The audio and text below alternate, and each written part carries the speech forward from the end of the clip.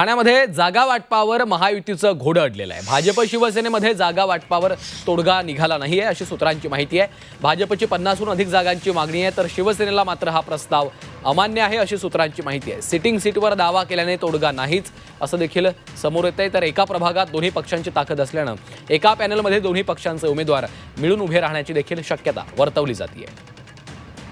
शुभम कोळी आमचे प्रतिनिधी सध्या फोनलाईनवरून आपल्या सोबत आहेत। शुभम, नेमकं कशामुळे हे जागा वाटप अडलेलं आहे?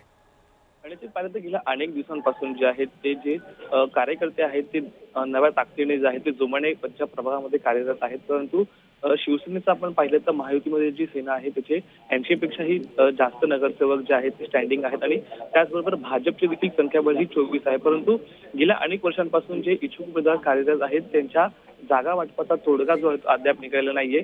भाजपचे जे मंडळ अध्यक्ष आहेत त्यांनी कुठेतरी नाराजी रवींद्र चव्हाण असेल किंवा मुख्यमंत्र्यांकडे यांनी स्पष्ट शब्दात मांडली होती। त्यानंतर रवींद्र चव्हाण यांनी त्यांना थेट सूचना देखील दिल्या होत्या की कामाला लागा, पक्षश्रेष्ठी जो आहे तो योग्य तो निर्णय घेईल। आणि त्यानंतर एक बैठक देखील काल जी आहे ती भाजप कार्यालयामध्ये महायुतीच्या नेत्यांची जी आहे ती पार पडली आणि त्या बैठकीदरम्यान असं देखील कळतंय की भाजप पक्षाने जे आहे ते 50 पेक्षाही अधिक जागांची मागणी शिवसेनेकडे केल्यामुळे जो आहे तो योग्य तो निर्णय जो आहे तो सध्या त्या बैठकीमधून निघाला नाही। त्याचमुळे आता येणाऱ्या काळामध्ये भाजपची आणि शिवसेनेची महायुतीमध्ये बैठक होते का असा देखील एक सवाल सध्या उपस्थित केला जातो। त्याचबरोबर भाजपच्या वरिष्ठ नेत्यांनी भाजप कार्यकर्त्यांना तयारीला लागा, पक्षश्रेष्ठी योग्य वेळी निर्णय घेतला जाईल, त्याचमुळे संकेत जे आहे ते युती नाकारण्याचे स्पष्टपणे कुठेतरी दिसून येत आहेत।